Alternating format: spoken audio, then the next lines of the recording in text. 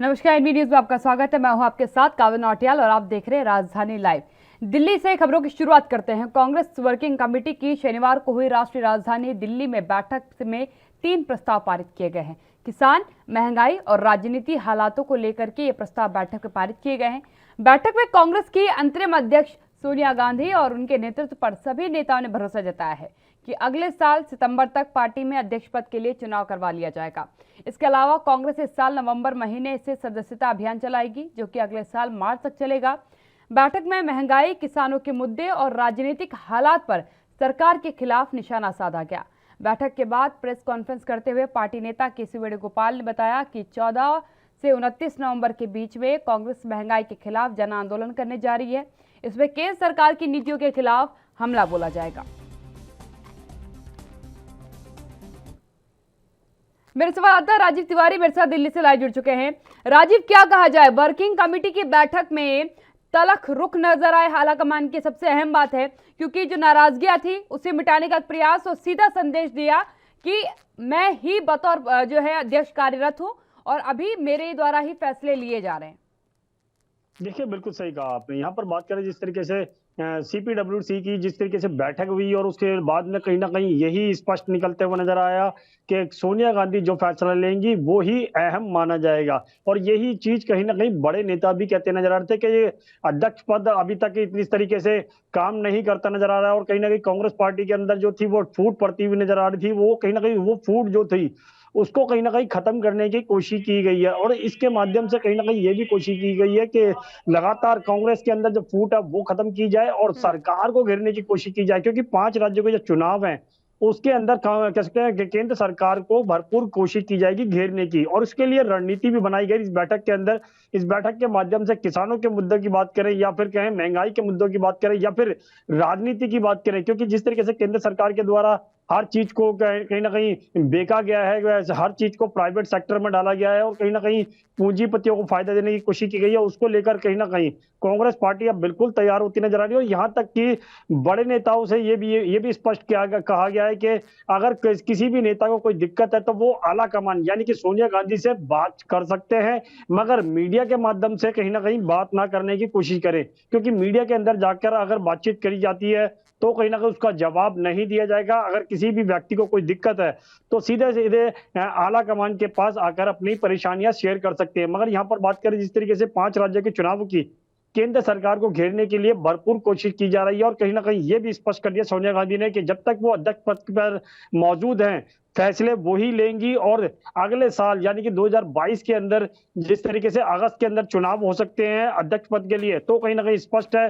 कि राहुल गांधी को दोबारा से बागडोर दी जा सकती है। जी बिल्कुल राजीव जी, ये एक अहम कल परिवेश बना हुआ था जिसमें कयास लगाए जा रहे थे कि क्या अध्यक्ष पद का चुनाव हो जाएगा, क्योंकि 2019 से जब लोकसभा चुनाव हुआ था तब से ये पद खाली पड़ा हुआ है। राहुल गांधी ने उस समय जिम्मेदारी लेते हुए उस हार की अपना पद से इस्तीफा दे दिया था। लेकिन अब एक अहम सवाल यहाँ पर खड़ा होता है कि इतने लंबे समय के इंतजार के बाद क्या राहुल गांधी की मांग को माना जाएगा, क्योंकि राहुल गांधी ने कहा था कि इस बार जो अध्यक्ष बनाया जाएगा मैं चाहता हूं कि गांधी परिवार से ना हो। देखिए, बिल्कुल सही कहा आपने। यहाँ पर बात करें जिस तरीके से राहुल गांधी की, क्योंकि राहुल गांधी ने ये जरूर स्पष्ट किया कि अब की बार यानी कि 2022 के अंदर जो अध्यक्ष पद भरा जाएगा उसके अंदर गांधी परिवार ना हो। और कहीं ना कहीं यही चीज उन्होंने जब 2019 के चुनाव हुए थे, जब हार का सामना करना पड़ा था, तो हार की जो जिम्मेवारी थी खुद राहुल गांधी ने ली थी। और उसके बाद में कई बार कोशिश की गई कि राहुल गांधी को अध्यक्ष पद बनाया जाए और अध्यक्ष बनाया जाए।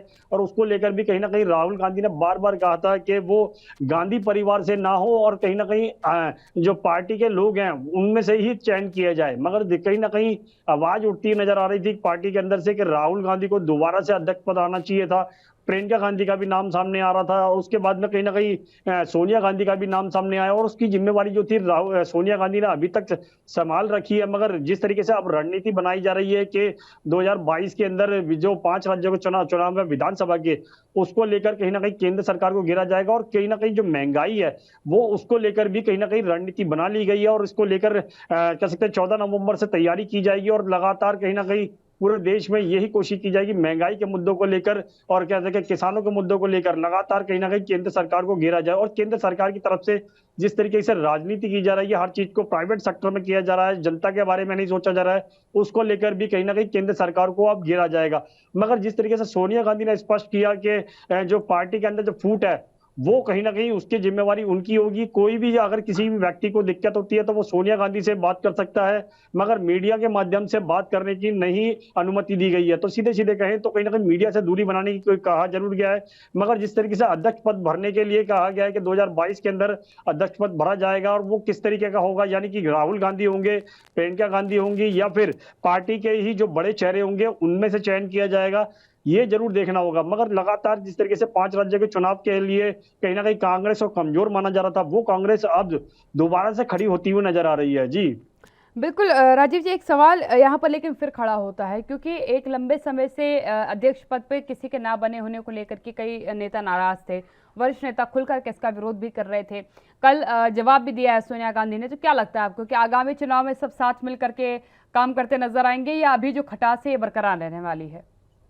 देखिए, बिल्कुल सही कहा आपने। यहाँ पर बात करें पिछले कुछ दिनों के अंदर जो देखने को मिला था, कांग्रेस के अंदर जो खटास थी वो बढ़ती हुई नजर आ रही थी। और बड़े नेता यानी कि कपिल सिब्बल का नाम लें तो कपिल सिब्बल ने भी कहा था कि अध्यक्ष पद के खाली पड़ा हुआ है, तो फिर जो आला कमान है वो किस तरीके के फैसले ले रही है, और कहीं ना कहीं उसको लेकर भी सवाल खड़े करे गए थे और कहीं ना कहीं उनका विरोध भी किया गया था। मगर जिस तरीके से पार्टी के जो अध्यक्ष है जो सोनिया गांधी, उन्होंने अब स्पष्ट कर दिया कि फैसले वो ही लेंगी जब तक अध्यक्ष दूसरा नहीं बन जाता है। तो सीधे सीधे कहें तो कहीं ना कहीं जिम्मेवारी अब कांग्रेस की सोनिया गांधी की होगी, और हर तरीके की जो गतिविधियां हैं उनको भी ध्यान रखा जाएगा। और लगातार कांग्रेस के अंदर जो फूट है उसको भी खत्म करने की कोशिश की गई है, ताकि बड़े चेहरे हों, छोटे चेहरे हों, किसी को भी कोई दिक्कत होती है तो सीधे सीधे उन्होंने स्पष्ट कर दिया वो उनके पास आ सकते हैं, उनसे बातचीत की जा सकती है, सलाह मशवरा किया जा सकता है। मगर मीडिया से दूरी बना के रखे, और कहीं ना कहीं जो केंद्र सरकार की यानी कि भाजपा की जो सरकार है उससे कहीं ना कहीं मौका ना दिया जाए उनको।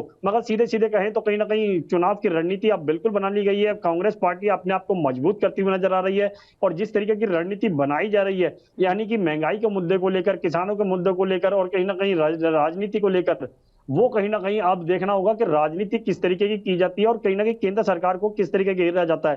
क्योंकि केंद्र सरकार की तरफ से काफी कमियां देखने को मिली है, जनता परेशान है, महंगाई की वजह से भी पेट्रोल डीजल के निरंतर दाम बढ़ते नजर आ रहे हैं, और कहीं ना कहीं युवा कांग्रेस की तरफ से इस तरीके की आवाज भी उठती नजर आती है। लगातार प्रदर्शन भी किया जा रहा था, कल भी प्रदर्शन किया गया था महंगाई को लेकर। मगर जिस तरीके से अब 14 नवंबर से लेकर 29 नवंबर तक महंगाई के मुद्दों को लेकर कांग्रेस पार्टी यानी कि नेशनल कांग्रेस पार्टी की तरफ से जो प्रदर्शन किए जाएंगे या फिर कहें रणनीति बनाई जाएगी, वो कहीं ना कहीं केंद्र सरकार की मुश्किलें खड़ा करता हुआ नजर आएगा। जी बिल्कुल राजीव जी, अगर क्योंकि देखिए, अगर विपक्ष की हम बात करते हैं तो सबसे बड़ा विपक्षी दल इस समय कांग्रेस है, और अब कांग्रेस सजग होता नजर आ रहा है, क्योंकि 5 राज्यों में आगामी समय में विधानसभा चुनाव लगे हुए हैं।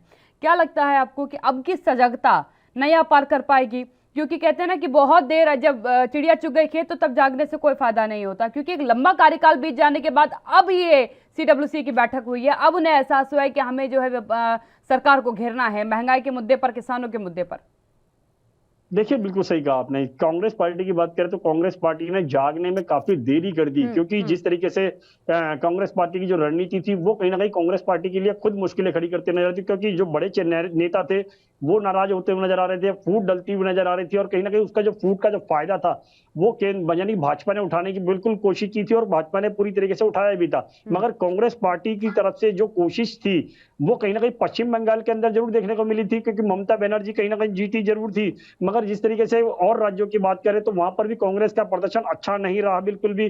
पंजाब की बात करें तो पंजाब के अंदर भी अब चुनाव है, तो कहीं ना कहीं उनके अंदर भी जिस तरीके से कह सकते हैं मुख्यमंत्री बनाए गए हैं चन्नी जी, वो भी कहीं ना कहीं अब विवादों के घेरे में गिरते हुए नजर आ रहे हैं, और कहीं ना कहीं उसको लेकर भी जो कह सकते हैं सिद्धू की जो बयानबाजी थी उसको लेकर भी कहीं ना कहीं कांग्रेस गिरती हुई नजर आ रही थी। मगर कहीं ना कहीं अभी भी कोशिश यही की जा रही है कि जो फूट है उसको खत्म किया जाए, और कांग्रेस पार्टी जब मिलकर यानी कि एकजुट होकर दोबारा से सामना करे। मगर कहीं ना कहीं काफी देरी जरूर की है, मगर देखना होगा इस देरी को सुधारने के लिए सोनिया गांधी जिस तरीके से कह रही है कि मीडिया से दूरी बना के रखें, और पार्टी के अंदर किसी को भी कोई दिक्कत है तो वो उनसे आकर सलाह कर सकता है। तो यानी सीधे सीधे कहें दरवाजे जरूर खोल दिए गए हैं हर नेता के लिए, हर व्यक्ति के लिए, ताकि सोनिया गांधी तक आकर अपनी सलाह मशवरा कर सके हैं। अगर किसी को भी कोई दिक्कत है तो वो सोनिया गांधी उसको सलूशन भी करेंगी। मगर अध्यक्ष पद की बात करें तो अध्यक्ष पद के लिए जो कह सकते हैं चुनाव होंगे वो अगले साल होंगे 2022 के अंदर, और रणनीति भी बना ली गई है। मगर लगातार कहीं ना कहीं कोशिश जरूर यही की जा रही है कि आने वाले दिनों के अंदर कांग्रेस पार्टी दोबारा से एकजुट होकर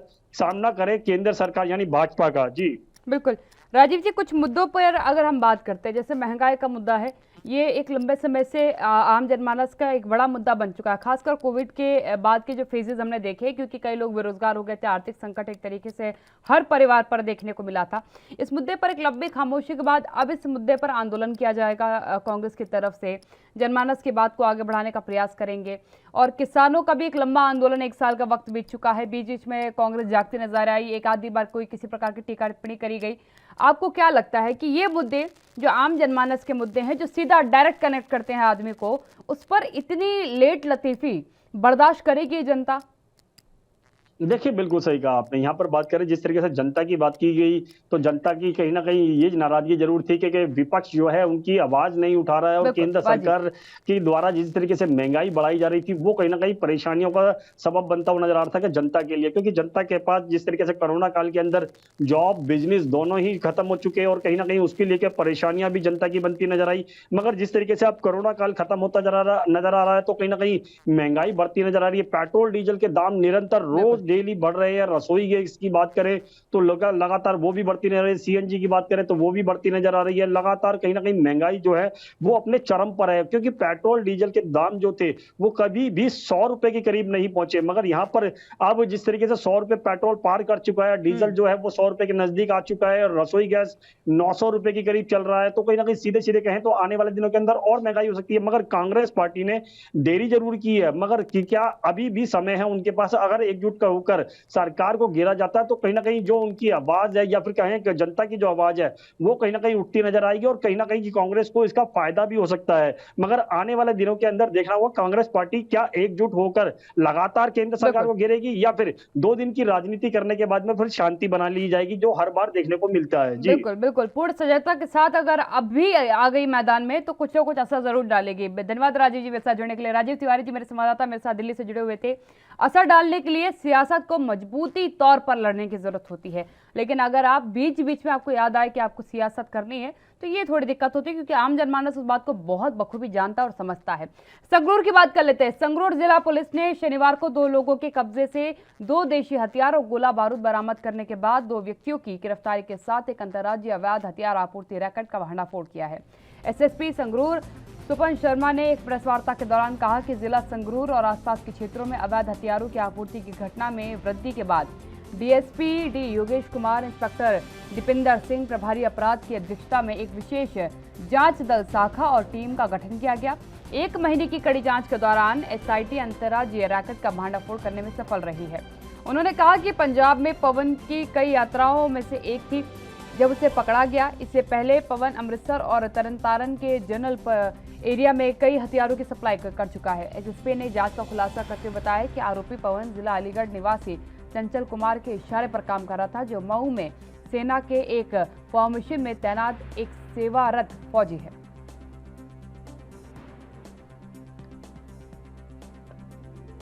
तो आपको बता दें कि अंतर राज्य अवैध हथियार आपूर्ति रैकेट का भंडाफोड़ किया गया है।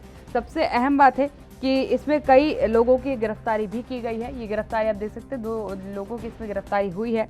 दूसरी सबसे अहम बात है कि एक लंबे समय से ये प्रयास जांच कमेटी के द्वारा करी जा रही थी कि किसी तरीके से ये लोग उनके हाथ लग जाएं, लेकिन अब जाकर के इस रैकेट का भंडाफोड़ हो पाया है। आपको बता दें कि ये पूरा जो काम चल रहा था ये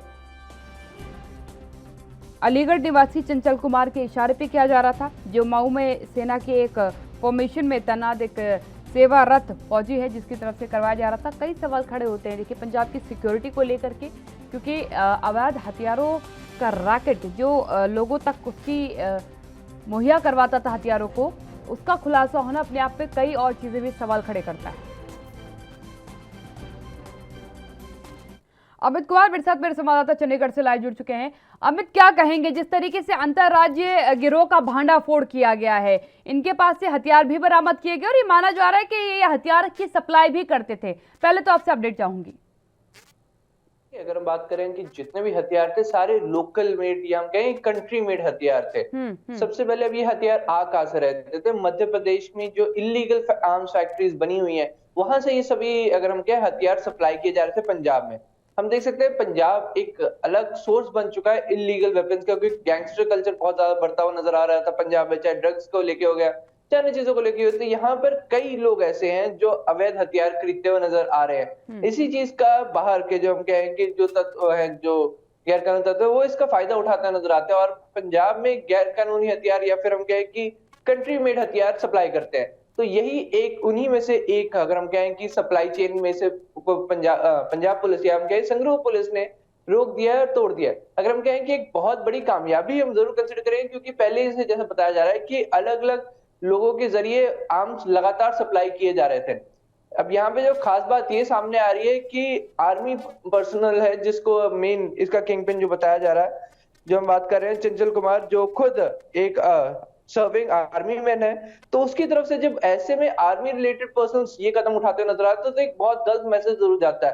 पर एटलीस्ट हम ये कह सकते हैं पंजाब पुलिस को एक कामयाबी मिली है कि उन्होंने चेन का पता चला। अब उन्हें जब किंगपिन पता चल गया तो इसके साथ रिलेटेड सभी लोग उनके बारे में पता चलेगा, क्योंकि पवन कुमार जैसे हम पवन को पकड़ा गया जो हथियार लेके आया था, उसके थ्रू इनके किंगपिन का पता चला। पर अब इस किंगपिन के थ्रू जो असली हथियार सप्लाई करवा रहा था उसके थ्रू हमें इलीगल फैक्ट्री के बारे में पता चल पाएगा जो ये अवैध हथियार बना रही थी। जी काव्या।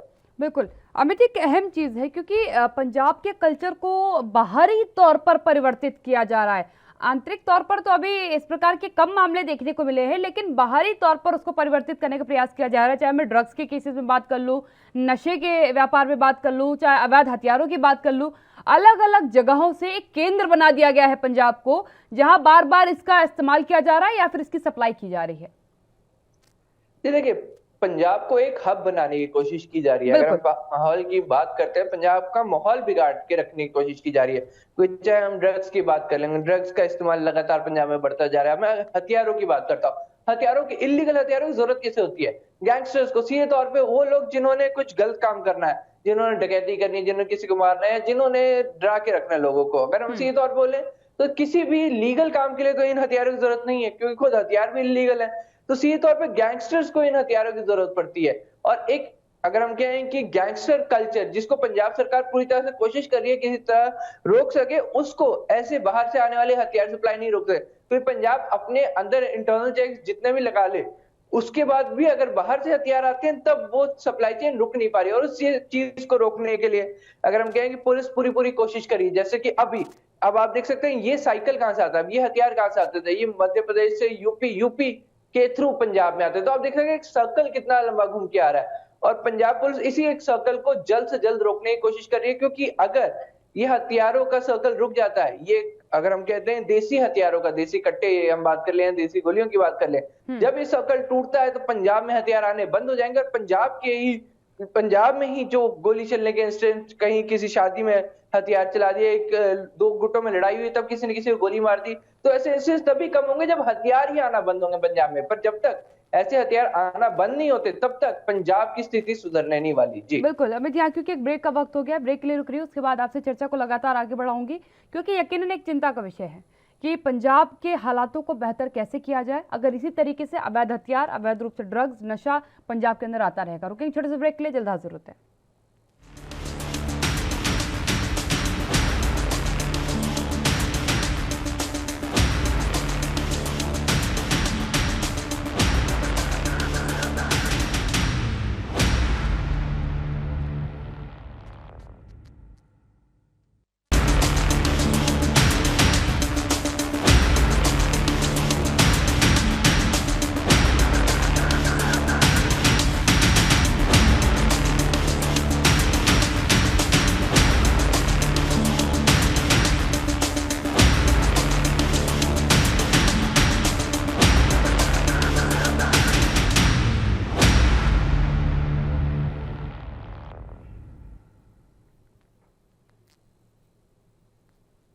नमस्कार, एनबी न्यूज में आपका स्वागत है। मैं हूं आपके साथ काव्य नौटियाल और आप देख रहे हैं राजधानी लाइव। दिल्ली से खबरों की शुरुआत करते हैं। कांग्रेस वर्किंग कमेटी की शनिवार को हुई राष्ट्रीय राजधानी दिल्ली में बैठक में 3 प्रस्ताव पारित किए गए हैं। किसान, महंगाई और राजनीति हालातों को लेकर के ये प्रस्ताव बैठक में पारित किए गए हैं। बैठक में कांग्रेस की अंतरिम अध्यक्ष सोनिया गांधी और उनके नेतृत्व पर सभी नेताओं ने भरोसा जताया है कि अगले साल सितंबर तक पार्टी में अध्यक्ष पद के लिए चुनाव करवा लिया जाएगा। इसके अलावा कांग्रेस इस साल नवंबर महीने से सदस्यता अभियान चलाएगी, जो कि अगले साल मार्च तक चलेगा। बैठक में महंगाई, किसानों के मुद्दे और राजनीतिक हालात पर सरकार के खिलाफ निशाना साधा गया। बैठक के बाद प्रेस कॉन्फ्रेंस करते हुए पार्टी नेता केसी वेणुगोपाल ने बताया कि 14 से 29 नवंबर के बीच में कांग्रेस महंगाई के खिलाफ जन आंदोलन करने जा रही है। इसमें केंद्र सरकार की नीतियों के खिलाफ हमला बोला जाएगा। मेरे संवाददाता राजीव तिवारी मेरे साथ दिल्ली से लाइव जुड़ चुके हैं। राजीव, क्या कहा जाए, वर्किंग कमेटी की बैठक में तलख रुख नजर आए आलाकमान की सबसे अहम बात है, क्योंकि जो नाराजगियां थी उसे मिटाने का प्रयास और सीधा संदेश दिया कि मैं ही बतौर जो है अध्यक्ष कार्यरत हूं और अभी मेरे द्वारा ही फैसले लिए जा रहे हैं। देखिए, बिल्कुल सही कहा आपने। यहाँ पर बात करें जिस तरीके से सीपीडब्ल्यूसी की जिस तरीके से बैठक हुई और उसके बाद में कहीं ना कहीं यही स्पष्ट निकलते हुए नजर आया कि सोनिया गांधी जो फैसला लेंगी वो ही अहम माना जाएगा। और यही चीज कहीं ना कहीं बड़े नेता भी कहते नजर आ रहे थे कि ये अध्यक्ष पद अभी तक इस तरीके से काम नहीं करता नजर आ रहा है। और कहीं ना कहीं कांग्रेस पार्टी के अंदर जो थी वो फूट पड़ती हुई नजर आ रही थी। वो कहीं ना कहीं वो फूट जो थी उसको कहीं ना कहीं खत्म करने की कोशिश की गई है। और इसके माध्यम से कहीं ना कहीं ये भी कोशिश की गई है कि लगातार कांग्रेस के अंदर जो फूट है वो खत्म की जाए और सरकार को घेरने की कोशिश की जाए, क्योंकि 5 राज्यों के जो चुनाव हैं उसके अंदर कह सकते हैं कि केंद्र सरकार को भरपूर कोशिश की जाएगी घेरने की। और उसके लिए रणनीति भी बनाई गई इस बैठक के अंदर। इस बैठक के माध्यम से किसानों के मुद्दों की बात करें या फिर कहें महंगाई के मुद्दों की बात करें या फिर राजनीति की बात करें, क्योंकि जिस तरीके से केंद्र सरकार के द्वारा हर चीज को कहीं ना कहीं बेचा गया है, हर चीज को प्राइवेट सेक्टर में डाला गया है और कहीं ना कहीं पूंजीपतियों को फायदा देने की कोशिश की गई है, उसको लेकर कहीं ना कहीं कांग्रेस पार्टी अब बिल्कुल तैयार होती नजर आ रही है। और यहाँ तक कि बड़े नेताओं से ये भी स्पष्ट कहा गया है कि अगर किसी भी नेता को कोई दिक्कत है तो वो आला कमान यानी कि सोनिया गांधी से बात कर सकते हैं, मगर मीडिया के माध्यम से कहीं ना कहीं बात ना करने की कोशिश करें, क्योंकि मीडिया के अंदर जाकर अगर बातचीत करी जाती है तो कहीं ना कहीं उसका जवाब नहीं दिया जाएगा। अगर किसी भी व्यक्ति को कोई दिक्कत है तो सीधे सीधे आला कमान के पास आकर अपनी परेशानियां शेयर कर सकते हैं। मगर यहाँ पर बात करें जिस तरीके से 5 राज्यों के चुनाव की केंद्र सरकार को घेरने के लिए भरपूर कोशिश की जा रही है। और कहीं ना कहीं ये भी स्पष्ट कर दिया सोनिया गांधी ने कि जब तक वो अध्यक्ष पद पर मौजूद हैं फैसले वो ही लेंगी। और अगले साल यानी कि 2022 के अंदर जिस तरीके से अगस्त के अंदर चुनाव हो सकते हैं अध्यक्ष पद के लिए, तो कहीं ना कहीं स्पष्ट है कि राहुल गांधी को दोबारा से बागडोर दी जा सकती है। जी बिल्कुल राजीव जी, ये एक अहम कल परिवेश बना हुआ था जिसमें कयास लगाए जा रहे थे कि क्या अध्यक्ष पद का चुनाव हो जाएगा, क्योंकि 2019 से जब लोकसभा चुनाव हुआ था तब से ये पद खाली पड़ा हुआ है। राहुल गांधी ने उस समय जिम्मेदारी लेते हुए उस हार की अपना पद से इस्तीफा दे दिया था। लेकिन अब एक अहम सवाल यहाँ पर खड़ा होता है कि इतने लंबे समय के इंतजार के बाद क्या राहुल गांधी की मांग को माना जाएगा, क्योंकि राहुल गांधी ने कहा था कि इस बार जो अध्यक्ष बनाया जाएगा मैं चाहता हूं कि वो गांधी परिवार से ना हो। देखिए, बिल्कुल सही कहा आपने। यहाँ पर बात करें जिस तरीके से राहुल गांधी की, क्योंकि राहुल गांधी ने ये जरूर स्पष्ट किया कि अब की बार यानी कि 2022 के अंदर जो अध्यक्ष पद भरा जाएगा उसके अंदर गांधी परिवार ना हो। और कहीं ना कहीं यही चीज उन्होंने जब 2019 के चुनाव हुए थे, जब हार का सामना करना पड़ा था, तो हार की जो जिम्मेवारी थी खुद राहुल गांधी ने ली थी। और उसके बाद में कई बार कोशिश की गई कि राहुल गांधी को अध्यक्ष पद बनाया जाए और अध्यक्ष बनाया जाए। और उसको लेकर भी कहीं ना कहीं राहुल गांधी ने बार बार कहा था कि वो गांधी परिवार से ना हो और कहीं ना कहीं जो पार्टी के लोग हैं उनमें से ही चयन किया जाए। मगर कहीं ना कहीं आवाज उठती नजर आ रही थी पार्टी के अंदर से कि राहुल गांधी को दोबारा से अध्यक्ष पद आना चाहिए था। प्रियंका गांधी का भी नाम सामने आ रहा था और उसके बाद में कहीं ना कहीं सोनिया गांधी का भी नाम सामने आया। और उसकी जिम्मेवारी जो थी सोनिया गांधी ने अभी तक संभाल रखी है। मगर जिस तरीके से अब रणनीति बनाई जा रही है कि 2022 के अंदर जो 5 राज्यों के चुनाव है विधानसभा के, उसको लेकर कहीं ना कहीं केंद्र सरकार को घेरा जाएगा। और कहीं ना कहीं जो महंगाई है वो उसको लेकर भी कहीं ना कहीं रणनीति बना ली गई है। और इसको लेकर कह सकते हैं 14 नवंबर से तैयारी की जाएगी और लगातार कहीं ना कहीं पूरे देश में यही कोशिश की जाएगी महंगाई के मुद्दों को लेकर और क्या कहते हैं किसानों के मुद्दों को लेकर लगातार कहीं ना कहीं केंद्र सरकार को घेरा जाए। और केंद्र सरकार की तरफ से जिस तरीके से राजनीति की जा रही है, हर चीज को प्राइवेट सेक्टर में किया जा रहा है, जनता के बारे में नहीं सोचा जा रहा है, उसको लेकर भी कहीं ना कहीं केंद्र सरकार को अब घेरा जाएगा। मगर जिस तरीके से सोनिया गांधी ने स्पष्ट किया कि जो पार्टी के अंदर जो फूट है वो कहीं ना कहीं उसकी जिम्मेवारी उनकी होगी। कोई भी अगर किसी भी व्यक्ति को दिक्कत होती है तो वो सोनिया गांधी से बात कर सकता है, मगर मीडिया के माध्यम से बात करने की नहीं अनुमति दी गई है। तो सीधे सीधे कहें तो कहीं ना कहीं मीडिया से दूरी बनाने की कोई कहा जरूर गया है। मगर जिस तरीके से अध्यक्ष पद भरने के लिए कहा गया है कि 2022 के अंदर अध्यक्ष पद भरा जाएगा और वो किस तरीके का होगा, यानी कि राहुल गांधी होंगे, प्रियंका गांधी होंगी या फिर पार्टी के ही जो बड़े चेहरे होंगे उनमें से चयन किया जाएगा, ये जरूर देखना होगा। मगर लगातार जिस तरीके से 5 राज्यों के चुनाव के लिए कहीं ना कहीं कांग्रेस को कमजोर माना जा रहा था, वो कांग्रेस अब दोबारा से खड़ी होती हुई नजर आ रही है। जी बिल्कुल राजीव जी, एक सवाल यहाँ पर लेकिन फिर खड़ा होता है, क्योंकि एक लंबे समय से अध्यक्ष पद पे किसी के ना बने होने को लेकर के कई नेता नाराज थे, वरिष्ठ नेता खुलकर के इसका विरोध भी कर रहे थे। कल जवाब भी दिया है सोनिया गांधी ने। तो क्या लगता है आपको कि आगामी चुनाव में सब साथ मिल करके काम करते नजर आएंगे या अभी जो खटास है ये बरकरार रहने वाली है? देखिए, बिल्कुल सही कहा आपने। यहाँ पर बात करें पिछले कुछ दिनों के अंदर जो देखने को मिला था, कांग्रेस के अंदर जो खटास थी वो बढ़ती हुई नजर आ रही थी। और बड़े नेता यानी कि कपिल सिब्बल का नाम लें तो कपिल सिब्बल ने भी कहा था कि अध्यक्ष पद के खाली पड़ा हुआ है, तो फिर जो आला कमान है वो किस तरीके के फैसले ले रही है, और कहीं ना कहीं उसको लेकर भी सवाल खड़े करे गए थे और कहीं ना कहीं उनका विरोध भी किया गया था। मगर जिस तरीके से पार्टी के जब अध्यक्ष है जो सोनिया गांधी, उन्होंने अब स्पष्ट कर दिया कि फैसले वो ही लेंगी जब तक अध्यक्ष दूसरा नहीं बन जाता है। तो सीधे सीधे कहें तो कहीं ना कहीं जिम्मेवारी अब कांग्रेस की सोनिया गांधी की होगी और हर तरीके की जो गतिविधियां हैं उनको भी ध्यान रखा जाएगा। और लगातार कांग्रेस के अंदर जो फूट है उसको भी खत्म करने की कोशिश की गई है, ताकि बड़े चेहरे हों, छोटे चेहरे हों, किसी को भी कोई दिक्कत होती है तो सीधे सीधे उन्होंने स्पष्ट कर दिया वो उनके पास आ सकते हैं, उनसे बातचीत की जा सकती है, सलाह मशवरा किया जा सकता है, मगर मीडिया से दूरी बना के रखे। और कहीं ना कहीं जो केंद्र सरकार की यानी कि भाजपा की जो सरकार है उससे कहीं ना कहीं मौका ना दिया जाए उनको। मगर सीधे सीधे कहें तो कहीं ना कहीं चुनाव की रणनीति अब बिल्कुल बना ली गई है। कांग्रेस पार्टी अपने आप को मजबूत करती हुई नजर आ रही है और जिस तरीके की रणनीति बनाई जा रही है, यानी कि महंगाई के मुद्दे को लेकर, किसानों के मुद्दे को लेकर और कहीं ना कहीं राजनीति को लेकर, वो कहीं ना कहीं अब देखना होगा कि राजनीति किस तरीके की जाती है और कहीं ना कहीं केंद्र सरकार को किस तरीके घेरा जाता है। क्योंकि केंद्र सरकार की तरफ से काफी कमियां देखने को मिली है, जनता परेशान है, महंगाई की वजह से भी पेट्रोल डीजल के निरंतर दाम बढ़ते नजर आ रहे हैं और कहीं ना कहीं युवा कांग्रेस की तरफ से इस तरीके की आवाज भी उठती नजर आती है। लगातार प्रदर्शन भी किया जा रहा था, कल भी प्रदर्शन किया गया था महंगाई को लेकर। मगर जिस तरीके से अब 14 नवंबर से लेकर 29 नवंबर तक महंगाई के मुद्दों को लेकर कांग्रेस पार्टी यानी कि नेशनल कांग्रेस पार्टी की तरफ से जो प्रदर्शन किए जाएंगे या फिर कहें रणनीति बनाई जाएगी, वो कहीं ना कहीं केंद्र सरकार की मुश्किलें खड़ा करता हुआ नजर आएगा। जी बिल्कुल राजीव जी, अगर क्योंकि देखिए अगर विपक्ष की हम बात करते हैं तो सबसे बड़ा विपक्षी दल इस समय कांग्रेस है और अब कांग्रेस सजग होता नजर आ रहा है, क्योंकि 5 राज्यों में आगामी समय में विधानसभा चुनाव लगे हुए हैं।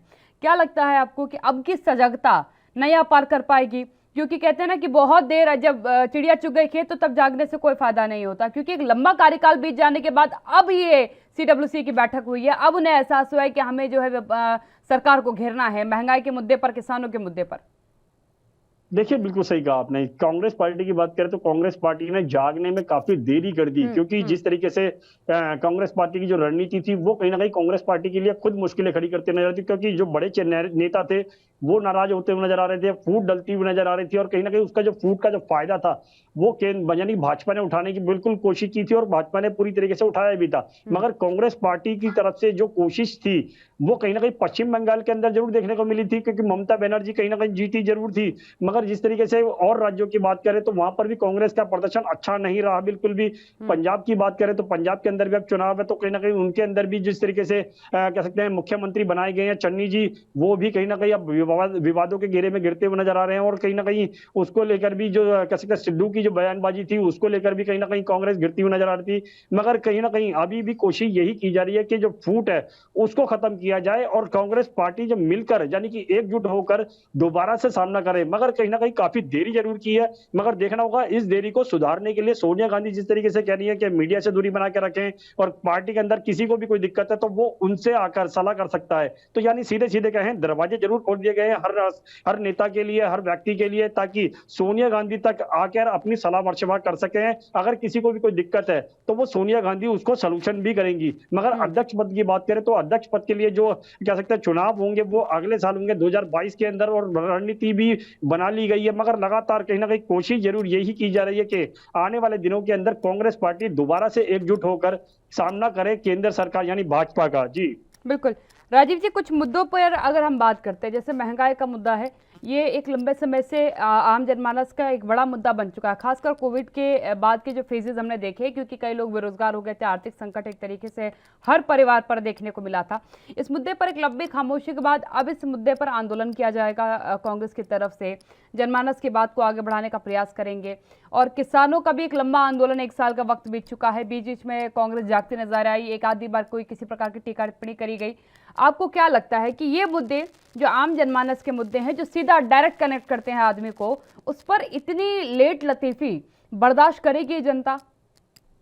देखिए बिल्कुल सही कहा आपने। यहाँ पर बात करें जिस तरीके से जनता की बात की गई, तो जनता की कहीं ना कहीं ये नाराजगी जरूर थी कि विपक्ष जो है उनकी आवाज नहीं उठा रहा है, और केंद्र सरकार के द्वारा जिस तरीके से महंगाई बढ़ाई जा रही थी वो कहीं ना कहीं परेशानियों का सबब बनता हुआ नजर आ रहा था कि जनता के लिए, क्योंकि जनता के पास जिस तरीके से कोरोना काल के अंदर जॉब बिजनेस दोनों ही खत्म हो चुके हैं, और कहीं ना कहीं उसके लेकर परेशानियां भी जनता की बनती नजर आई।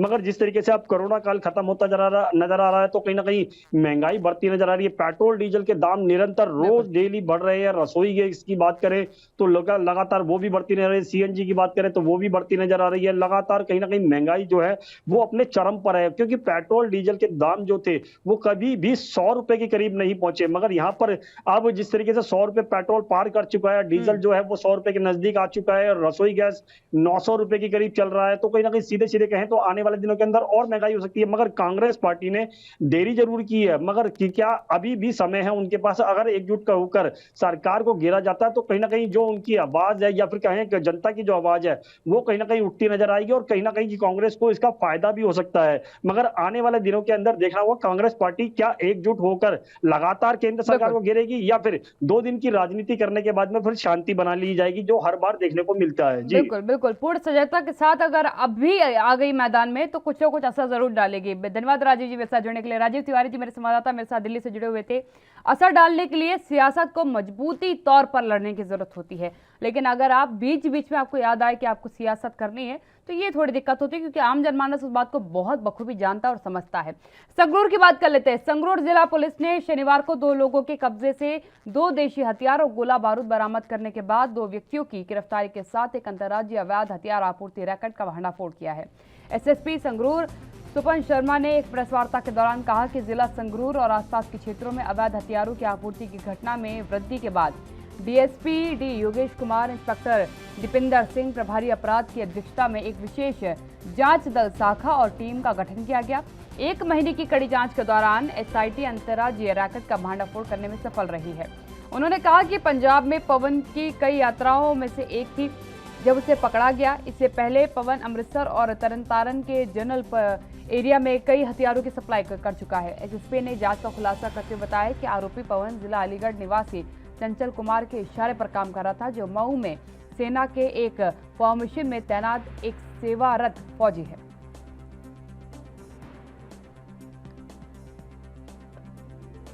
तो आपको बता दें कि अंतरराज्यीय अवैध हथियार आपूर्ति रैकेट का भंडाफोड़ किया गया है। सबसे अहम बात है कि इसमें कई लोगों की गिरफ्तारी भी की गई है। ये गिरफ्तारी आप देख सकते हैं, 2 लोगों की इसमें गिरफ्तारी हुई है। दूसरी सबसे अहम बात है कि एक लंबे समय से ये प्रयास जांच कमेटी के द्वारा करी जा रही थी कि किसी तरीके से ये लोग उनके हाथ लग जाएं, लेकिन अब जाकर के इस रैकेट का भंडाफोड़ हो पाया है। आपको बता दें कि ये पूरा जो काम चल रहा था, ये अलीगढ़ निवासी चंचल कुमार के इशारे पे किया जा रहा था, जो मऊ में सेना के एक फॉर्मेशन में तैनात एक सेवारत फौजी है, जिसकी तरफ से करवाया जा रहा था। कई सवाल खड़े होते हैं देखिए पंजाब की सिक्योरिटी को लेकर के, क्योंकि अवैध हथियारों का रैकेट जो लोगों तक उसकी मुहैया करवाता था हथियारों को, उसका खुलासा होना अपने आप पे कई और चीजें भी सवाल खड़े करता है। अमित कुमार मेरे साथ, मेरे संवाददाता चंडीगढ़ से लाइव जुड़ चुके हैं। अमित, क्या कहेंगे जिस तरीके से अंतर्राज्यीय गिरोह का भांडाफोड़ किया गया है, इनके पास से हथियार भी बरामद किए गए और ये माना जा रहा है कि ये हथियार की सप्लाई भी करते थे। पहले तो आपसे अपडेट चाहूंगी। अगर हम बात करें कि जितने भी हथियार थे सारे लोकल मेड या हम कहें कंट्री मेड हथियार थे। सबसे पहले अब ये हथियार आ कहां से रहे थे? मध्य प्रदेश में जो इलीगल आर्म्स फैक्ट्रीज बनी हुई हैं वहां से ये सभी अगर हम कहें हथियार सप्लाई किए जा रहे थे पंजाब में। हम देख सकते हैं पंजाब एक अलग सोर्स बन चुका है इलीगल वेपन्स का, क्योंकि गैंगस्टर कल्चर बहुत ज्यादा बढ़ता हुआ नजर आ रहा था पंजाब में, चाहे ड्रग्स को लेके हो गया, चाहे अन्य चीजों को लेके होते। यहाँ पर कई लोग ऐसे हैं जो अवैध हथियार खरीदते हुए नजर आ रहे हैं। इसी चीज का बाहर के जो हम कहें कि जो तत्व है, जो गैर कानूनी तत्व, वो इसका फायदा उठाते नजर आते हैं और पंजाब में गैर कानूनी हथियार या फिर हम कहें कि कंट्री मेड हथियार सप्लाई करते हैं। तो यही एक उन्हीं में से एक अगर हम कहें कि सप्लाई चेन में से पंजाब पुलिस या हम कहें संगरूर पुलिस ने रोक दिया और तोड़ दिया। अगर हम कहें कि एक बहुत बड़ी कामयाबी हम जरूर कंसिडर करें, क्योंकि पहले से जैसे बताया जा रहा है कि अलग अलग लोगों के जरिए आर्म्स लगातार सप्लाई किए जा रहे थे। अब यहाँ पे जो खास बात ये सामने आ रही है कि आर्मी पर्सनल है जिसको मेन इसका किंगपिन जो बताया जा रहा है, जो हम बात कर रहे हैं चंचल कुमार, जो खुद एक सर्विंग आर्मी मैन है, तो उसकी तरफ से जब ऐसे में आर्मी रिलेटेड पर्सन्स ये कदम उठाते नजर आते तो एक बहुत गलत मैसेज जरूर जाता है। पर एटलीस्ट हम ये कह सकते हैं पंजाब पुलिस को एक कामयाबी मिली है कि उन्होंने चेन का पता चला। अब उन्हें जब किंगपिन पता चल गया तो इसके साथ रिलेटेड सभी लोग उनके बारे में पता चलेगा, क्योंकि पवन कुमार जैसे हम पवन को पकड़ा गया जो हथियार लेके आया था, उसके थ्रू इनके किंगपिन का पता चला। पर अब इस किंगपिन के थ्रू जो असली हथियार सप्लाई करवा रहा था उसके थ्रू हमें इलीगल फैक्ट्री के बारे में पता चल पाएगा जो ये अवैध हथियार बना रही थी। जी काव्या। बिल्कुल अमित, एक अहम चीज है क्योंकि पंजाब के कल्चर को बाहरी तौर पर परिवर्तित किया जा रहा है। आंतरिक तौर पर तो अभी इस प्रकार के कम मामले देखने को मिले हैं, लेकिन बाहरी तौर पर उसको परिवर्तित करने का प्रयास किया जा रहा है। चाहे मैं ड्रग्स के केसेस में बात कर लूँ, नशे के व्यापार में बात कर लूँ, चाहे अवैध हथियारों की बात कर लूँ, अलग अलग जगहों से एक केंद्र बना दिया गया है पंजाब को, जहां बार बार इसका इस्तेमाल किया जा रहा है या फिर इसकी सप्लाई की जा रही है। देखिए, पंजाब को एक हब बनाने की कोशिश की जा रही है। अगर हम माहौल की बात करते हैं, पंजाब का माहौल बिगाड़ के रखने की कोशिश की जा रही है। कोई चाहे हम ड्रग्स की बात कर लेंगे, ड्रग्स का इस्तेमाल लगातार पंजाब में बढ़ता जा रहा है। मैं हथियारों की बात करता हूँ, हथियारों की इलीगल हथियारों की जरूरत कैसे होती है? गैंगस्टर्स को, सीधे तौर पे वो लोग जिन्होंने कुछ गलत काम करना है, जिन्होंने डकैती करनी है, जिन्होंने किसी को मारना है, जिन्होंने डरा के रखना है लोगों को, अगर हम सीधे तौर पर बोले तो किसी भी लीगल काम के लिए तो इन हथियारों की जरूरत नहीं है, क्योंकि खुद हथियार भी इलीगल है। तो सीधे तौर पे गैंगस्टर्स को इन हथियारों की जरूरत पड़ती है। और एक अगर हम कहें कि गैंगस्टर कल्चर जिसको पंजाब सरकार पूरी तरह से कोशिश कर रही है किसी तरह रोक सके, उसको ऐसे बाहर से आने वाले हथियार सप्लाई नहीं रोक सके। फिर पंजाब अपने अंदर इंटरनल चेक जितने भी लगा ले, उसके बाद भी अगर बाहर से हथियार आते हैं तब वो सप्लाई चेन रुक नहीं पा रही। और उस चीज को रोकने के लिए अगर हम कहें कि पुलिस पूरी कोशिश करी, जैसे कि अब आप देख सकते हैं ये साइकिल कहां से आता है, ये हथियार कहां से आते थे, ये मध्य प्रदेश से यूपी के थ्रू पंजाब में आते हैं। तो आप देख सकते हैं एक सर्कल कितना लंबा घूम के आ रहा है और पंजाब पुलिस इसी एक सर्कल को जल्द से जल्द रोकने की कोशिश कर रही है, क्योंकि अगर ये हथियारों का सर्कल रुक जाता है, ये अगर हम कहते हैं देसी हथियारों का, देसी कट्टे हम बात कर ले, देसी गोलियों की बात कर ले, जब ये सर्कल टूटता है तो पंजाब में हथियार आने बंद हो जाएंगे और पंजाब में ही जो गोली चलने के इंसिडेंट, कहीं किसी शादी में हथियार चला दिए, दो गुटों में लड़ाई हुई तब किसी ने किसी को गोली मार दी, तो ऐसे इंसिडेंट तभी कम होंगे जब हथियार ही आना बंद होंगे पंजाब में। पर जब तक ऐसे हथियार आना बंद नहीं होते तब तक पंजाब की स्थिति सुधरने नहीं वाली। जी बिल्कुल अमित, यहाँ क्योंकि एक ब्रेक का वक्त हो गया, ब्रेक के लिए रुक रही हूँ, उसके बाद आपसे चर्चा को लगातार आगे बढ़ाऊंगी, क्योंकि यकीनन एक चिंता का विषय है कि पंजाब के हालातों को बेहतर कैसे किया जाए अगर इसी तरीके से अवैध हथियार, अवैध रूप से ड्रग्स, नशा पंजाब के अंदर आता रहेगा। रुकेंगे छोटे से ब्रेक के लिए, जल्द हाजिर होते हैं।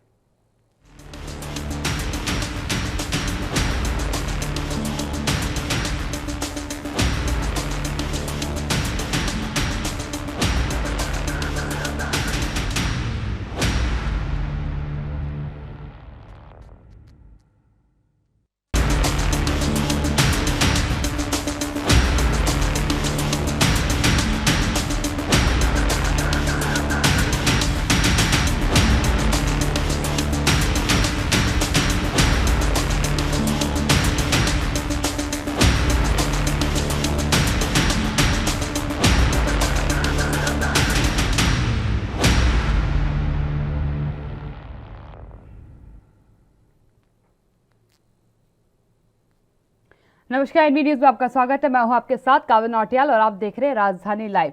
दिल्ली से खबरों की शुरुआत करते हैं। कांग्रेस वर्किंग कमेटी की शनिवार को हुई राष्ट्रीय राजधानी दिल्ली में बैठक में 3 प्रस्ताव पारित किए गए हैं। किसान, महंगाई और राजनीति हालातों को लेकर के ये प्रस्ताव बैठक में पारित किए गए हैं।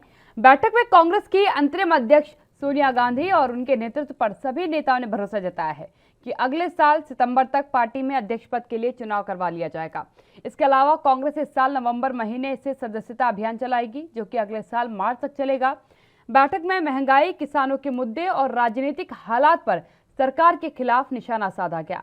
बैठक के बाद प्रेस कॉन्फ्रेंस करते हुए पार्टी नेता केसी वेणुगोपाल ने बताया कि 14 से 29 नवंबर के बीच में कांग्रेस महंगाई के खिलाफ जन आंदोलन करने जा रही है। इसमें केंद्र सरकार की नीतियों के खिलाफ हमला बोला जाएगा।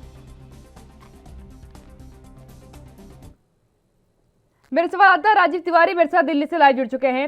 राजीव, क्या कहा जाए, वर्किंग कमेटी की बैठक में तलख रुख नजर आए आलाकमान की सबसे अहम बात है, क्योंकि जो नाराजगियां थी उसे मिटाने का प्रयास और सीधा संदेश दिया कि मैं ही बतौर जो है अध्यक्ष कार्यरत हूं और अभी मेरे द्वारा ही फैसले लिए जा रहे हैं। देखिए, बिल्कुल सही कहा आपने। यहाँ पर बात करें जिस तरीके से सीपीडब्ल्यूसी की जिस तरीके से बैठक हुई और उसके बाद में कहीं ना कहीं यही स्पष्ट निकलते हुए नजर आया कि सोनिया गांधी जो फैसला लेंगी वो ही अहम माना जाएगा। और यही चीज कहीं ना कहीं बड़े नेता भी कहते नजर आ रहे थे कि ये अध्यक्ष पद अभी तक इस तरीके से काम नहीं करता नजर आ रहा है। और कहीं ना कहीं कांग्रेस पार्टी के अंदर जो थी वो फूट पड़ती हुई नजर आ रही थी। वो कहीं ना कहीं वो फूट जो थी उसको कहीं ना कहीं खत्म करने की कोशिश की गई है। और इसके माध्यम से कहीं ना कहीं ये भी कोशिश की गई है कि लगातार कांग्रेस के अंदर जो फूट है वो खत्म की जाए और सरकार को घेरने की कोशिश की जाए, क्योंकि 5 राज्यों के जो चुनाव हैं उसके अंदर कह सकते हैं कि केंद्र सरकार को भरपूर कोशिश की जाएगी घेरने की। और उसके लिए रणनीति भी बनाई गई इस बैठक के अंदर।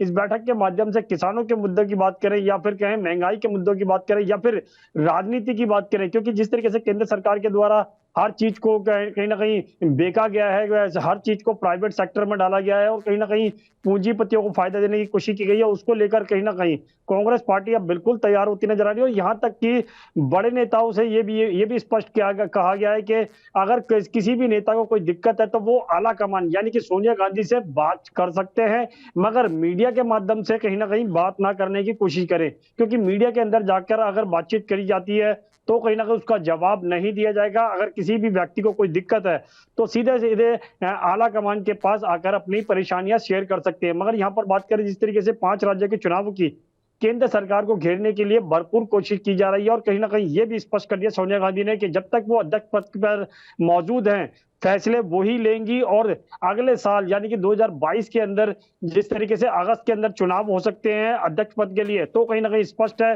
कि राहुल गांधी को दोबारा से बागडोर दी जा सकती है। जी बिल्कुल राजीव जी, ये एक अहम कल परिवेश बना हुआ था जिसमें कयास लगाए जा रहे थे कि क्या अध्यक्ष पद का चुनाव हो जाएगा, क्योंकि 2019 से जब लोकसभा चुनाव हुआ था तब से ये पद खाली पड़ा हुआ है। राहुल गांधी ने उस समय जिम्मेदारी लेते हुए उस हार की अपना पद से इस्तीफा दे दिया था। लेकिन अब एक अहम सवाल यहाँ पर खड़ा होता है कि इतने लंबे समय के इंतजार के बाद क्या राहुल गांधी की मांग को माना जाएगा, क्योंकि राहुल गांधी ने कहा था कि इस बार जो अध्यक्ष बनाया जाएगा मैं चाहता हूं कि वो गांधी परिवार से ना हो। देखिए, बिल्कुल सही कहा आपने। यहाँ पर बात करें जिस तरीके से राहुल गांधी की, क्योंकि राहुल गांधी ने ये जरूर स्पष्ट किया कि अब की बार यानी कि 2022 के अंदर जो अध्यक्ष पद भरा जाएगा उसके अंदर गांधी परिवार ना हो। और कहीं ना कहीं यही चीज उन्होंने जब 2019 के चुनाव हुए थे, जब हार का सामना करना पड़ा था, तो हार की जो जिम्मेवारी थी खुद राहुल गांधी ने ली थी। और उसके बाद में कई बार कोशिश की गई कि राहुल गांधी को अध्यक्ष पद बनाया जाए और अध्यक्ष बनाया जाए। और उसको लेकर भी कहीं ना कहीं राहुल गांधी ने बार बार कहा था कि वो गांधी परिवार से ना हो और कहीं ना कहीं जो पार्टी के लोग हैं उनमें से ही चयन किया जाए। मगर कहीं ना कहीं आवाज उठती नजर आ रही थी पार्टी के अंदर से कि राहुल गांधी को दोबारा से अध्यक्ष पद आना चाहिए था। प्रियंका गांधी का भी नाम सामने आ रहा था और उसके बाद में कहीं ना कहीं सोनिया गांधी का भी नाम सामने आया। और उसकी जिम्मेवारी जो थी सोनिया गांधी ने अभी तक संभाल रखी है। मगर जिस तरीके से अब रणनीति बनाई जा रही है कि 2022 के अंदर जो 5 राज्यों के चुनाव है विधानसभा के, उसको लेकर कहीं ना कहीं केंद्र सरकार को घेरा जाएगा। और कहीं ना कहीं जो महंगाई है वो उसको लेकर भी कहीं ना कहीं रणनीति बना ली गई है। और इसको लेकर कह सकते हैं 14 नवंबर से तैयारी की जाएगी और लगातार कहीं ना कहीं पूरे देश में यही कोशिश की जाएगी महंगाई के मुद्दों को लेकर और क्या कहते हैं किसानों के मुद्दों को लेकर लगातार कहीं ना कहीं केंद्र सरकार को घेरा जाए। और केंद्र सरकार की तरफ से जिस तरीके से राजनीति की जा रही है, हर चीज को प्राइवेट सेक्टर में किया जा रहा है, जनता के बारे में नहीं सोचा जा रहा है, उसको लेकर भी कहीं ना कहीं केंद्र सरकार को अब घेरा जाएगा। मगर जिस तरीके से सोनिया गांधी ने स्पष्ट किया कि जो पार्टी के अंदर जो फूट है वो कहीं ना कहीं उसकी जिम्मेवारी उनकी होगी। कोई भी अगर किसी भी व्यक्ति को दिक्कत होती है तो वो सोनिया गांधी से बात कर सकता है, मगर मीडिया के माध्यम से बात करने की नहीं अनुमति दी गई है। तो सीधे सीधे कहें तो कहीं ना कहीं मीडिया से दूरी बनाने की कहा जरूर गया है। मगर जिस तरीके से अध्यक्ष पद भरने के लिए कहा गया है कि 2022 के अंदर अध्यक्ष पद भरा जाएगा, और वो किस तरीके का होगा, यानी कि राहुल गांधी होंगे, प्रियंका गांधी होंगी, या फिर पार्टी के ही जो बड़े चेहरे होंगे उनमें से चयन किया जाएगा, ये जरूर देखना होगा। मगर लगातार जिस तरीके से 5 राज्यों के चुनाव के लिए कहीं ना कहीं कांग्रेस को कमजोर माना जा रहा था, वो कांग्रेस अब दोबारा से खड़ी होती हुई नजर आ रही है। जी बिल्कुल राजीव जी, एक सवाल यहाँ पर लेकिन फिर खड़ा होता है, क्योंकि एक लंबे समय से अध्यक्ष पद पे किसी के ना बने होने को लेकर के कई नेता नाराज थे, वरिष्ठ नेता खुलकर के इसका विरोध भी कर रहे थे। कल जवाब भी दिया है सोनिया गांधी ने। तो क्या लगता है आपको कि आगामी चुनाव में सब साथ मिल करके काम करते नजर आएंगे, या अभी जो खटास है ये बरकरार रहने वाली है?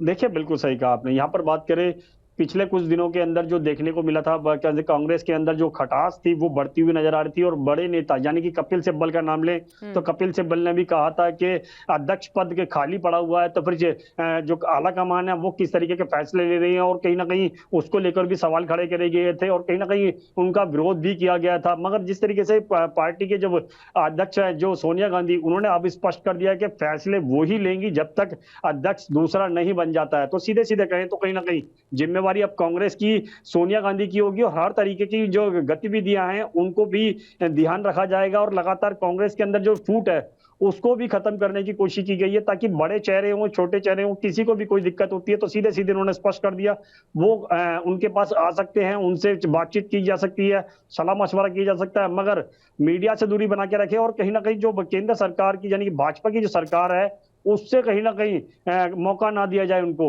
मगर सीधे सीधे कहें तो कहीं ना कहीं चुनाव की रणनीति अब बिल्कुल बना ली गई है। कांग्रेस पार्टी अपने आप को मजबूत करती हुई नजर आ रही है, और जिस तरीके की रणनीति बनाई जा रही है, यानी कि महंगाई के मुद्दे को लेकर, किसानों के मुद्दे को लेकर, और कहीं ना कहीं राजनीति को लेकर, वो कहीं ना कहीं आप देखना होगा कि राजनीति किस तरीके की जाती है, और कहीं ना कहीं केंद्र सरकार को किस तरीके का घेरा जाता है।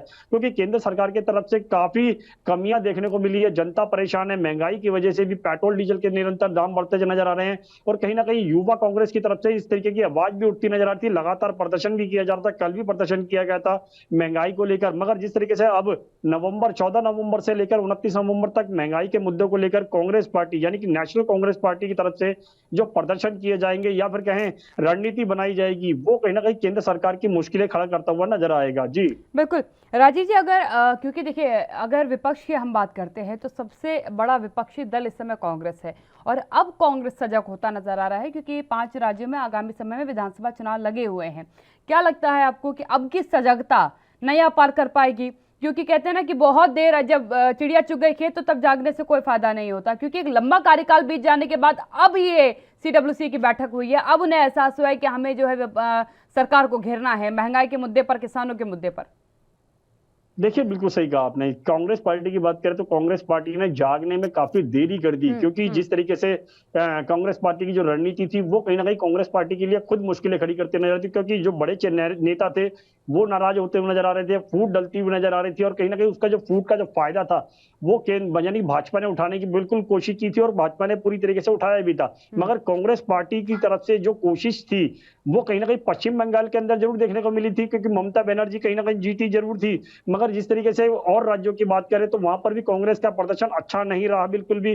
पंजाब की बात करें तो पंजाब के अंदर भी अब चुनाव है, तो कहीं ना कहीं उनके अंदर भी जिस तरीके से कह सकते हैं मुख्यमंत्री बनाए गए हैं चन्नी जी, वो भी कहीं ना कहीं अब विवादों के घेरे में गिरते हुए नजर आ रहे हैं, और कहीं ना कहीं उसको लेकर भी जो कह सकते हैं सिद्धू की जो बयानबाजी थी उसको लेकर भी कहीं ना कहीं कांग्रेस गिरती हुई नजर आ रही थी। मगर कहीं ना कहीं अभी भी कोशिश यही की जा रही है कि जो फूट है उसको खत्म किया जाए, और कांग्रेस पार्टी जो मिलकर यानी कि एकजुट होकर दोबारा से सामना करे। मगर कहीं ना कहीं काफी देरी जरूर की है, मगर देखना होगा इस देरी को सुधारने के लिए सोनिया गांधी जिस तरीके से कह रही है कि मीडिया से दूरी बना के रखें, और पार्टी के अंदर किसी को भी कोई दिक्कत है तो वो उनसे आकर सलाह कर सकता है। तो यानी सीधे सीधे कहें दरवाजे जरूर खोल दिए गए गए हैं हर नेता के लिए, हर व्यक्ति के लिए, ताकि सोनिया गांधी तक आकर अपनी सलाह मशवरा कर सके। अगर किसी को भी कोई दिक्कत है तो वो सोनिया गांधी उसको सलूशन भी करेंगी। मगर अध्यक्ष पद की बात करें तो अध्यक्ष पद के लिए जो कह सकते हैं चुनाव होंगे वो अगले साल होंगे 2022 के अंदर, और रणनीति भी बना ली गई है। मगर लगातार कहीं ना कहीं कोशिश जरूर यही की जा रही है कि आने वाले दिनों के अंदर कांग्रेस पार्टी दोबारा से एकजुट होकर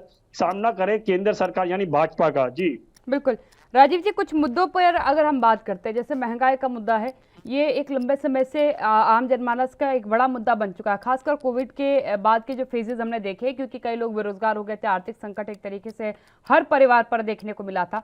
इस मुद्दे पर एक लंबी खामोशी के बाद अब इस मुद्दे पर आंदोलन किया जाएगा कांग्रेस की तरफ से, जनमानस की बात को आगे बढ़ाने का प्रयास करेंगे। और किसानों का भी एक लंबा आंदोलन, 1 साल का वक्त बीत चुका है, बीच बीच में कांग्रेस जागती नजर आई, एक आधी बार कोई किसी प्रकार की टीका टिप्पणी करी गई। आपको क्या लगता है कि ये मुद्दे जो आम जनमानस के मुद्दे हैं, जो सीधा डायरेक्ट कनेक्ट करते हैं आदमी को, उस पर इतनी लेट लतीफी बर्दाश्त करेगी ये जनता? देखिए बिल्कुल सही कहा आपने। यहाँ पर बात करें जिस तरीके से जनता की बात की गई तो जनता की कहीं ना कहीं ये नाराजगी जरूर थी कि विपक्ष जो है उनकी आवाज नहीं उठा रहा है, और केंद्र सरकार के द्वारा जिस तरीके से महंगाई बढ़ाई जा रही थी वो कहीं ना कहीं परेशानियों का सबब बनता हुआ नजर आ रहा था कि जनता के लिए, क्योंकि जनता के पास जिस तरीके से कोरोना काल के अंदर जॉब बिजनेस दोनों ही खत्म हो चुके हैं, और कहीं ना कहीं उसके लिए परेशानियां भी जनता की बनती नजर आई। मगर जिस तरीके से अब कोरोना काल खत्म होता नजर आ रहा है तो कहीं ना कहीं महंगाई बढ़ती नजर आ रही है। पेट्रोल डीजल के दाम निरंतर रोज डेली बढ़ रहे हैं। रसोई गैस की बात करें तो लगातार वो भी बढ़ती नजर आ रही है। सीएनजी की बात करें तो वो भी बढ़ती नजर आ रही है। लगातार कहीं ना कहीं महंगाई जो है वो अपने चरम पर है, क्योंकि पेट्रोल डीजल के दाम जो थे वो कभी भी 100 रुपए के करीब नहीं पहुंचे, मगर यहाँ पर अब जिस तरीके से 100 रुपए पेट्रोल पार कर चुका है, डीजल जो है वो 100 रुपए के नजदीक आ चुका है, और रसोई गैस 900 रुपए के करीब चल रहा है। तो कहीं ना कहीं सीधे सीधे कहें तो आने वाले दिनों के अंदर और महंगाई हो सकती है। मगर कांग्रेस पार्टी ने देरी जरूर की है, मगर क्या अभी भी समय है उनके पास? अगर एकजुट होकर सरकार को घेरा जाता है तो कहीं ना कहीं जो उनकी आवाज है या फिर कहें कि जनता की जो आवाज है वो कहीं ना कहीं उठती नजर आएगी, और कहीं ना कहीं कांग्रेस को इसका फायदा भी हो सकता है। मगर आने वाले दिनों के अंदर देखना होगा कांग्रेस पार्टी क्या एकजुट होकर लगातार केंद्र सरकार को घेरेगी, या फिर 2 दिन की राजनीति करने के बाद में फिर शांति बना ली जाएगी, जो हर बार देखने को मिलता है। जी बिल्कुल बिल्कुल, पूर्ण सजगता के साथ अगर अब भी आ गई मैदान में तो कुछ ना कुछ असर जरूर डालेगी। धन्यवाद राजीव जी मेरे साथ जुड़ने के लिए। राजीव तिवारी जी मेरे संवाददाता मेरे साथ दिल्ली से जुड़े हुए थे।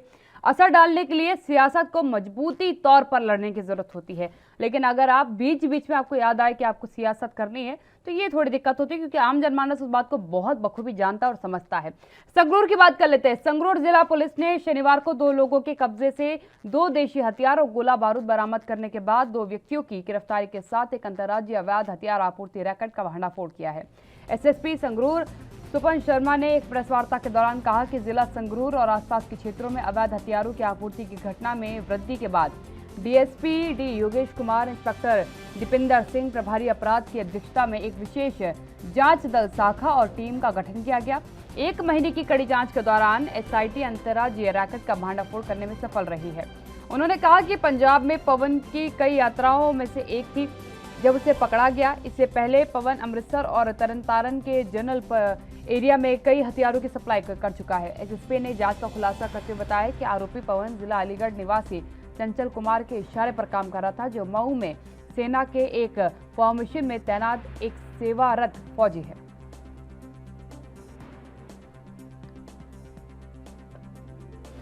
तो आपको बता दें कि अंतर राज्य अवैध हथियार आपूर्ति रैकेट का भंडाफोड़ किया गया है। सबसे अहम बात है कि इसमें कई लोगों की गिरफ्तारी भी की गई है। ये गिरफ्तारी आप देख सकते हैं, 2 लोगों की इसमें गिरफ्तारी हुई है। दूसरी सबसे अहम बात है कि एक लंबे समय से ये प्रयास जांच कमेटी के द्वारा करी जा रही थी कि किसी तरीके से ये लोग उनके हाथ लग जाएं, लेकिन अब जाकर के इस रैकेट का भंडाफोड़ हो पाया है। आपको बता दें कि ये पूरा जो काम चल रहा था ये अलीगढ़ निवासी चंचल कुमार के इशारे पे किया जा रहा था, जो मऊ में सेना के एक फॉर्मेशन में तैनात एक सेवारत फौजी है, जिसकी तरफ से करवाया जा रहा था। कई सवाल खड़े होते हैं देखिए पंजाब की सिक्योरिटी को लेकर के, क्योंकि अवैध हथियारों का रैकेट जो लोगों तक उसकी मुहैया करवाता था हथियारों को, उसका खुलासा होना अपने आप पे कई और चीजें भी सवाल खड़े करता है। अमित कुमार मेरे साथ, मेरे संवाददाता चंडीगढ़ से लाइव जुड़ चुके हैं। अमित, क्या कहेंगे जिस तरीके से अंतरराज्यीय गिरोह का भांडाफोड़ किया गया है, इनके पास से हथियार भी बरामद किए गए और ये माना जा रहा है कि ये हथियार की सप्लाई भी करते थे। पहले तो आपसे अपडेट चाहूंगी। अगर हम बात करें कि जितने भी हथियार थे सारे लोकल मेड या हम कहें कंट्री मेड हथियार थे। सबसे पहले अब ये हथियार आ कहां से रहते थे? मध्य प्रदेश में जो इलीगल आर्म्स फैक्ट्रीज बनी हुई हैं वहां से ये सभी अगर हम कहें हथियार सप्लाई किए जा रहे थे पंजाब में। हम देख सकते हैं पंजाब एक अलग सोर्स बन चुका है इलीगल वेपन्स का, क्योंकि गैंगस्टर कल्चर बहुत ज्यादा बढ़ता हुआ नजर आ रहा था पंजाब में, चाहे ड्रग्स को लेके हो गया, चाहे अन्य चीजों को लेके होते। यहाँ पर कई लोग ऐसे हैं जो अवैध हथियार खरीदते हुए नजर आ रहे हैं। इसी चीज का बाहर के जो हम कहें कि जो तत्व है, जो गैर कानूनी तत्व है, वो इसका फायदा उठाते नजर आते हैं और पंजाब में गैर कानूनी हथियार या फिर हम कहें कि कंट्री मेड हथियार सप्लाई करते हैं। तो यही एक उन्हीं में से एक अगर हम कहें कि सप्लाई चेन में से पंजाब पुलिस या हम कहें संगरूर पुलिस ने रोक दिया है और तोड़ दिया है। अगर हम कहें कि एक बहुत बड़ी कामयाबी हम जरूर कंसिडर करें, क्योंकि पहले से जैसा बताया जा रहा है कि अलग अलग लोगों के जरिए आर्म्स लगातार सप्लाई किए जा रहे थे। अब यहाँ पे जो खास बात ये सामने आ रही है कि आर्मी पर्सनल है जिसको मेन इसका किंगपिन जो बताया जा रहा है, जो हम बात कर रहे हैं चंचल कुमार, जो खुद एक सर्विंग आर्मी मैन है, तो उसकी तरफ से जब ऐसे में आर्मी रिलेटेड पर्सन्स ये कदम उठाते हुए नजर आते हैं तो एक बहुत गलत मैसेज जरूर जाता है। पर एटलीस्ट हम ये कह सकते हैं पंजाब पुलिस को एक कामयाबी मिली है कि उन्होंने चेन का पता चला। अब उन्हें जब किंगपिन पता चल गया तो इसके साथ रिलेटेड सभी लोग उनके बारे में पता चलेगा, क्योंकि पवन कुमार जैसे हम पवन को पकड़ा गया जो हथियार लेके आया था, उसके थ्रू इनके किंगपिन का पता चला। पर अब इस किंगपिन के थ्रू जो असली हथियार सप्लाई करवा रहा था उसके थ्रू हमें इलीगल फैक्ट्री के बारे में पता चल पाएगा जो ये अवैध हथियार बना रही थी। जी काव्या। बिल्कुल अमित, एक अहम चीज है क्योंकि पंजाब के कल्चर को बाहरी तौर पर परिवर्तित किया जा रहा है। आंतरिक तौर पर तो अभी इस प्रकार के कम मामले देखने को मिले हैं, लेकिन बाहरी तौर पर उसको परिवर्तित करने का प्रयास किया जा रहा है। चाहे मैं ड्रग्स के केसेस में बात कर लूँ, नशे के व्यापार में बात कर लूँ, चाहे अवैध हथियारों की बात कर लूँ, अलग अलग जगहों से एक केंद्र बना दिया गया है पंजाब को, जहां बार बार इसका इस्तेमाल किया जा रहा है या फिर इसकी सप्लाई की जा रही है। देखिए, पंजाब को एक हब बनाने की कोशिश की जा रही है। अगर हम माहौल की बात करते हैं, पंजाब का माहौल बिगाड़ के रखने की कोशिश की जा रही है। चाहे हम ड्रग्स की बात कर लेंगे, ड्रग्स का इस्तेमाल लगातार पंजाब में बढ़ता जा रहा है। मैं हथियारों की बात करता हूँ, हथियारों की इलीगल हथियारों की जरूरत कैसे होती है?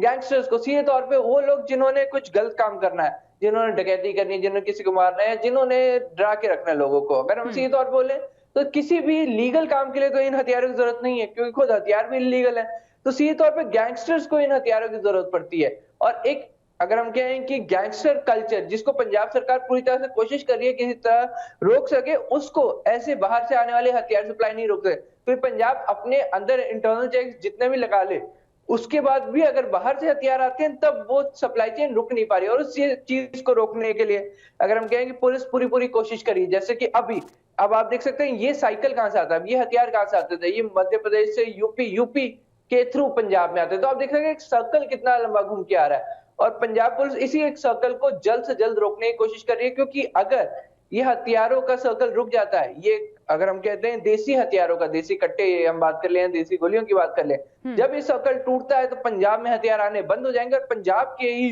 पंजाब में ही जो गोली चलने के इंसिडेंट, कहीं किसी शादी में हथियार चला दिए, एक दो गुटों में लड़ाई हुई तब किसी ने किसी को गोली मार दी, तो ऐसे इंसिडेंट तभी कम होंगे जब हथियार ही आना बंद होंगे पंजाब में। पर जब तक ऐसे हथियार आना बंद नहीं होते तब तक पंजाब की स्थिति सुधरने नहीं वाली। जी बिल्कुल अमित, यहाँ क्योंकि एक ब्रेक का वक्त हो गया, ब्रेक के लिए रुक रही हूँ, उसके बाद आपसे चर्चा को लगातार आगे बढ़ाऊंगी, क्योंकि यकीनन एक चिंता का विषय है कि पंजाब के हालातों को बेहतर कैसे किया जाए अगर इसी तरीके से अवैध हथियार, अवैध रूप से ड्रग्स, नशा पंजाब के अंदर आता रहेगा। रुकेंगे छोटे से ब्रेक के लिए, जल्द हाजिर होते हैं।